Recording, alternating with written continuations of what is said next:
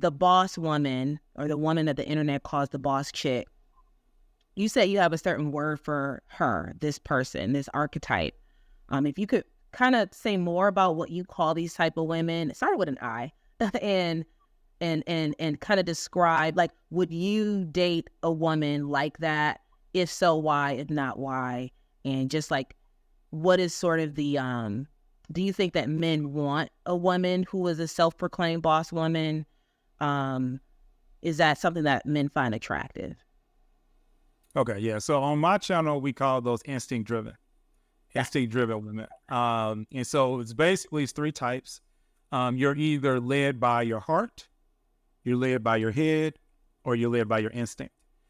So those are the three types that we talk about a lot on my channel. And the reason why, the instinct-driven woman has a hard time is because that is literally the energy of getting things done. Okay, so instinct-driven women are generally going to make more money than the other two. They're generally going to be more attractive than the other two, because what instinct-driven women do, some kind of way, their brain wires them to kind of control their emotions, because that's really what it's about. It's the controlling of emotion. Because as crazy as it sounds, emotion actually hurts you from going up the success ladder. Oh, yeah, totally. Okay. So basically, these women have learned to control their emotions. And so they've taken their emotions, for lack of a better term, and they've kind of locked them away in a box. All right. And what that does is it gives them power. But the power is in the world space. It is not in the love space. All right. So instinct-driven women are generally a lot more attractive. Like I said, they generally make more money. They generally can solve problems very quickly, and they're able to navigate life. But they also have a lot of downsides. They're not really kind. They tend to be extremely impatient.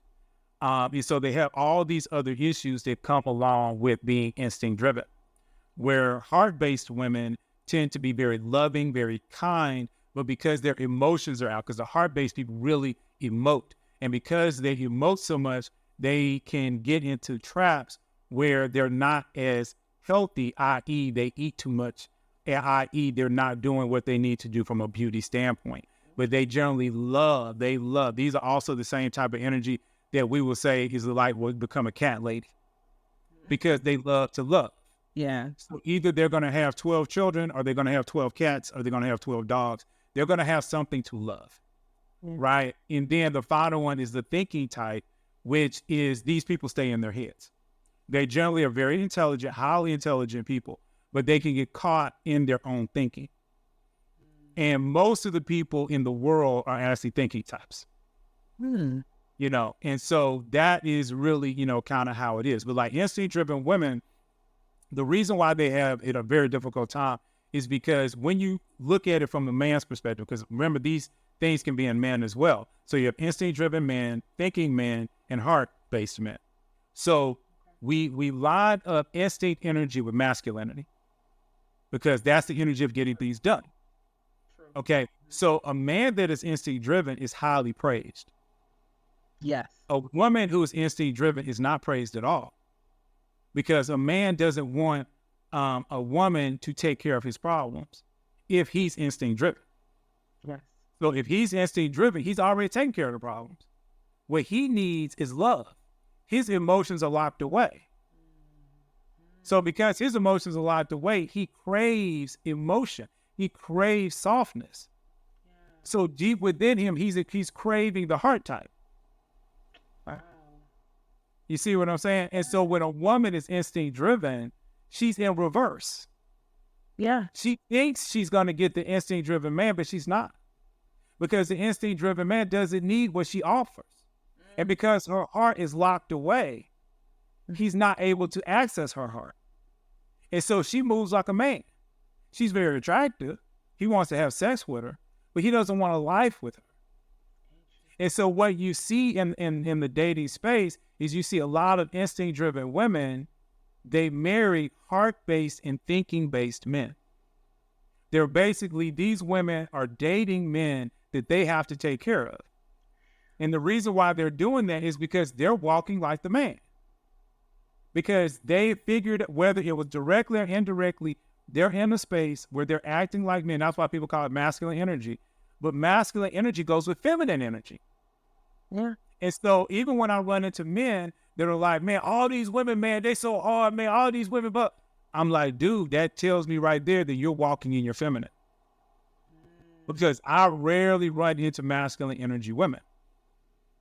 Okay, and generally, if I do, I meet them like online. I rarely meet them in person. And when I do meet them in person, I rarely am attracted to them enough to get their phone number. So it ends right there.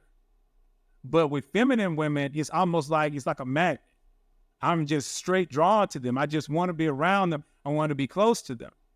But that's because I tend to walk in my masculine. But for men that are walking in their feminine, and for women that are walking in their masculine, they're actually attracting the other side, and they don't even know it.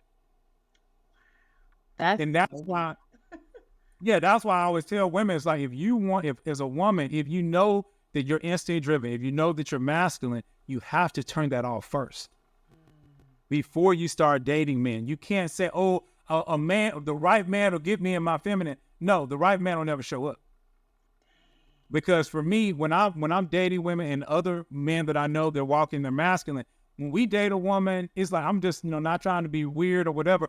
But when we date a woman and then we're like, okay, well, I'm about to lead you over here and we're about to do X, Y, Z. And if the woman is like, well, I ain't going because, that's it. You see what a lot of women think is, they think it's going to be an argument. They think the guy's going to argue with them, fuss and fight. No. Masculine men don't argue with you. They just walk, they just move on. If it's a date and it comes out during the date, he might finish the date, he'll never call you again. If it's before that or whatever, he's just gonna walk away. Yeah. And so basically what happens is the instinct-driven woman is never given the opportunity to really figure out what's going on and to date the instinct-driven man, because at first she has to cut that off. And it's hard for a lot of women to cut it off because they get the power. That's what I was going to say. Can they cut it off? They can. They can. They can, but it's hard to do. It's not really hard, because it's like what they have to do. Like I said, you have to give up the power. Like one of the things that I used to tell the women that come out to my group is that when you are with the man and a decision has to be made, always count to 100 in your head. Because this allows the man time to make the decision. Because what I would find is, say for instance, two people, the man and the woman, they decide they're going to go out to eat. And they're trying to figure it out. Well, when a man is instinct driven, he might say something like, let's go for tacos. You okay with tacos? Okay, that's more of an instinct driven thing. If he's a little bit less instinct driven, or if he's just trying to be polite to the woman, he might say, I don't really know. What are you thinking? See, that's that whole thinking heart-based energy. So the woman, if she's instinct driven, she's like, let's do tacos. You see how quickly she came up with that decision, just immediately. But if she says, I don't know, let's think about this. Now she's giving him time to lead. Interesting. But and that's why I say she has to turn it off. Instead of making that decision real quick, she has to sit back, allow him to make the decision. You just broke down, oh my goodness, you just broke down something very, very important. And I'm going to have to probably watch this back several times to get it. I had never heard it framed like this, the instinct-based and all that, but all of that makes sense. And I'm thinking of, different examples of people I know who probably don't know this, who probably have never heard it framed like you're framing it. And like, why is that? Like, because there's so many single women, especially single Black women, who want to be married, and they can't figure out what's going on, why they keep attracting who they attract. But like, this knowledge that you're giving is not, to me, it doesn't seem widely known. I mean, would that be a fair statement to say it's not widely known? And like, how can Black women get this knowledge? Obviously, they don't watch the channel, but. Yeah, they can definitely watch my channel. But no, I think the problem is, our society, and the way I see it is like this, our society leans towards what I call insiders and outsiders. So the insiders are the group that life is easy for them. dating is easy for them, marriage is easy for them. But then you become an outsider if it's not easy for you. So say, for instance, in your case, when you were a single mom, you became an outsider. Mm-hmm. You know, when you were living in Minnesota, I think where'd you say Minnesota? What was it? Minnesota. Mm-hmm. You were an outsider. Mm-hmm. But if you took your Minnesota energy into Atlanta or into Memphis or into Nashville or into Charlotte or into DC, you would have went from an outsider to an insider. Yes. See what I'm saying? You would have become easy just that quick. And sometimes we can age ourselves from being an insider to an outsider. You know, there's this whole concept where a lot of beautiful women, as they get older, they start to slowly see themselves go from insiders to outsiders. Mm-hmm. What used to be easy becomes very difficult. And it's the same thing for a lot of men. A lot of men are frustrated because they might have been an insider in high school, but they never got their money right. So now they're 35 and now they're an outsider. Because the insiders, basically, these are just people that have everything, you know, normalized for what most people are looking for this particular age. Yeah. And through this, dating and marriage and everything's easy. But outsiders are the people that it's not easy. Mm. So we have to figure out, okay, why is it not easy? Mm. And then once you figure out why it's not easy, then that lets you know what needs to be changed. Yeah. But what I find is a lot of people, what they do, and I'm just going to be real for a second, is that they're using an old technique to build their following. Whether they're doing it directly or indirectly, they're doing it. And what they do is they basically, they'll come to you and they'll be like, you know, Neka, there's nothing wrong with you. You're perfect. You know, this is how a lot of men talk to women, you know, online. They'll be like, ladies, there's nothing wrong with you. The problem is the men. So let me tell you 5 quick tips on how to find a really great man. Mm-hmm. And so they never say anything bad about the women. The women are perfect. Mm-hmm. They never say, because that's their core audience. So they never want to upset you. They never want to frustrate you, blah, blah, blah, blah, blah. And see, there's people out there that do the same thing with men. Oh, there's nothing wrong with you, dude. You're perfect. Yeah. Okay, let's talk about how bad these women are. And let me give you 5 quick tips on what not to do on a date to get the best woman. And see, they build their whole thing, and the whole platform is built off of the literal war of saying that this group is perfect and this group is evil. And if you look at a lot of platforms, especially platforms that are in like the millions, that's generally their whole platform. Wow. There's generally we talked about Derrick Jackson. That was his platform. Okay, women are perfect, yeah. Men are evil. Sure. And unfortunately, people lead with their emotions and they think with their emotions. We don't think that they do, but they think with their emotions. And so therefore, we want to protect ourselves. We don't want anybody to say anything bad about us. We feel like it's the other side.